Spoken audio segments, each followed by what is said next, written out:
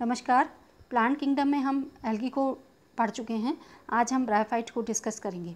Bryophytes include the various mosses and liverworts that are found commonly growing in moist shaded areas in the hills. Bryophytes में moss और liverwort को include किया जाता है और ये जनरली मॉइस्ट शेडेड एरियाज़ में ग्रो करते हैं और जनरली हिल के उन वाले रीजन में ग्रो करते हैं जहाँ पर सूरज की रोशनी कम पड़ती है और मॉइस्चर बना रहता है। इस डायग्राम में ये लिवरवर्ट्स को दिखाया गया है। ये वाला ये ए और बी जो हैं ये लिवरवर्ट्स हैं, ये लिवरवर्ट्स हैं और ये भी लिवरवर्ट्स हैं और ये मॉस हैं, ये भी मॉस है। तो हम इस फिगर में देखते हैं, यहाँ पर ये लिवरवर्ट्स मार्केंशिया है, एक उसका फीमेल थैलस है और एक मेल थैलस है। और सी फिगर जो है वो फ्यूनेरिया की है, फ्यूनेरिया हाइग्रोमेट्रिका। ये जनरली हमारे आसपास घरों में भी काफ़ी जहाँ पर मॉइस्चर बना रहता है बरसात के दिनों में वहाँ पे ग्रो करता है। और डी वाला फिगर जो है स्पेगनम का है। तो आगे हम इनको और देखेंगे। Bryophytes are also called amphibian of the plant kingdom because these plants can live in soil but are dependent on water for sexual reproduction. Bryophytes को हम प्लांट किंगडम का एम्फीबियन कहते हैं क्योंकि ये सॉइल में तो ग्रो करते हैं लेकिन अपने सेक्सुअल रिप्रोडक्शन के लिए ये वाटर पे डिपेंडेंट है। तो वाटर के बिना इनका सेक्सुअल रिप्रोडक्शन नहीं हो सकता, इसलिए हम इन्हें एम्फीबियंस कहते हैं। जैसे कि एनिमल में जो फ्रॉग है एम्फीबिया में आता है तो वो भी रिप्रोडक्शन के लिए पानी में जाता है। तो इसी तरीके से इनको भी पानी की ज़रूरत है रिप्रोडक्शन के लिए, सेक्सुअल रिप्रोडक्शन के लिए। तो हम इनको amphibians of the plant kingdom कहते हैं। They usually occur in damp humid and shaded localities. और जितने भी मॉस और लिवरवर्ट्स हैं ये damp humid and shaded localities में मिलते हैं। They play an important role in plant succession on bare rocks and soil. और ये प्लांट सक्सेशन में भी बहुत इंपॉर्टेंट रोल प्ले करते हैं। जो बेयर रॉक्स होती हैं, मतलब जैसे कि रॉक का कुछ हिस्सा टूट गया तो कुछ एरिया जो नया जहाँ पर टूटा वैसा होता है वो बेयर एरिया होता है। तो वहाँ पर जो सबसे पहले प्लांट ग्रो करेंगे तो उनमें सबसे पहले तो लाइकेन ग्रो करते हैं। और लाइकेन जब थोड़ी सी सॉइल बना देते हैं या कुछ ऑर्गेनिक मटेरियल बना देते हैं या सॉलेबल बना देते हैं, सॉइल को सॉलेबल बना देते हैं, तो उसके बाद ब्रायोफाइट्स ग्रो करते हैं और ब्रायोफाइट फिर कुछ ऑर्गेनिक मटेरियल बनाते हैं, तब हायर प्लांट ग्रो करते हैं। तो हम कहते हैं कि प्लांट के सक्सेशन में कहीं भी किसी भी जगह पर जो सक्सेशन होता है या कोई वनस्पति ग्रो करती है तो का जो एक प्रोसेस है उसको हम सक्सेशन ग्रो कहते हैं। तो वहाँ पर ब्रायोफाइट का बहुत इंपॉर्टेंट रोल है। The plant body of bryophytes is more differentiated than that of the algae.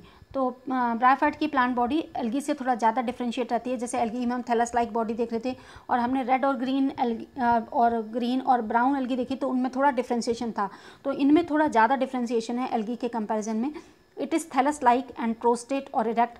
ये थैलस लाइक भी हैं, कुछ प्रोस्टेट हैं, कुछ इरेक्ट हैं। And attach to the substratum by unicellular और मल्टीसेलुलर राइजोइड्स।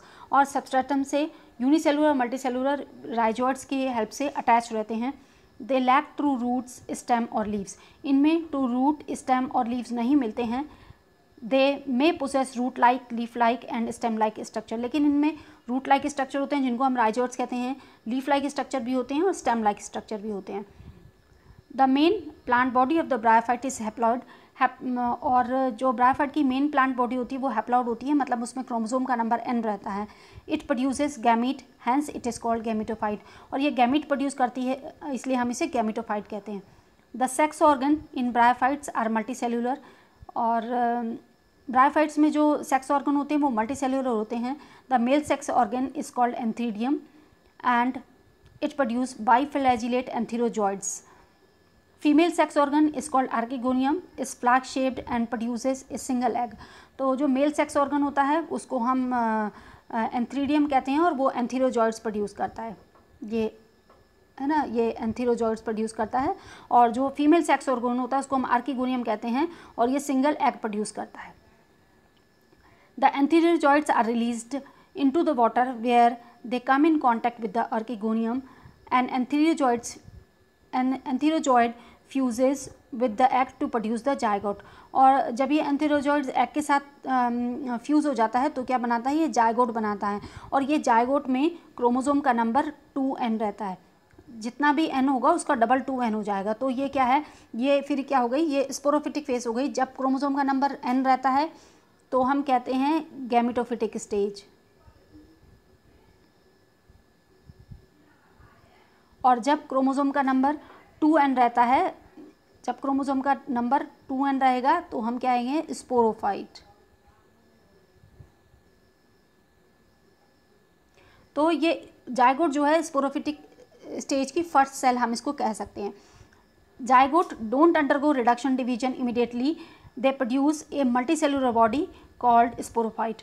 तो जायगोट एकदम से रिडक्शन डिवीजन में नहीं जाता, वो पहले मल्टीसेलुलर बॉडी स्पोरोफाइट प्रोड्यूस करता है। The sporophyte is not free living but attach to the photosynthetic gametophyte and derive nourishment from it. और जो स्पोरोफाइट है ये फ्री लिविंग नहीं होता, और ये अपने फूड रिक्वायरमेंट के लिए जो गैमेटोफाइट है जो कि फोटोसिंथेसिस करता है उसके ऊपर डिपेंड रहता है। Some cell of the sporophyte undergo reduction division to produce haploid spore. और स्पोरोफाइट की कुछ सेल रिडक्शन डिवीजन में जाती हैं, मियोसिस में जाएंगी फिर, और ये हैप्लॉइड स्पोर प्रोड्यूस करेंगी।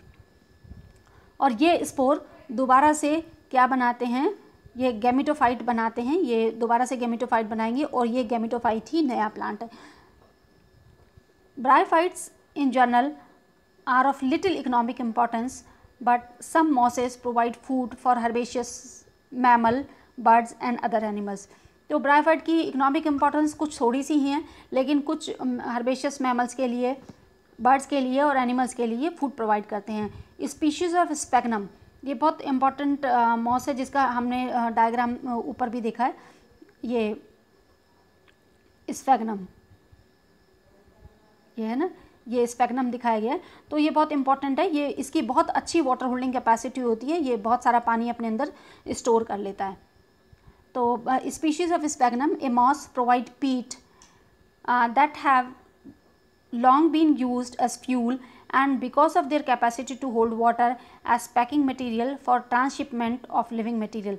तो ये हमें पीट प्रोवाइड करता है और ये पीट जो है फ्यूल की तरह यूज़ होता है, और because of the good water holding capacity, इसकी अच्छी वाटर होल्डिंग कैपेसिटी है, तो ये मटेरियल के, लिविंग मटेरियल के ट्रांसशिपमेंट में भी यूज़ होता है। जैसे सपोज़ हमें कुछ सैपलिंग्स जो हैं एक जगह से दूसरी जगह ले जाने हैं, कुछ प्लांट्स हमें एक जगह से दूसरी जगह ले जाने हैं, तो हमें उनको मॉइस्चर प्रोवाइड करते रहना है, उन्हें वाटर प्रोवाइड करते रहना है, तो हम इसको स्फेगनम में पैक करते हैं।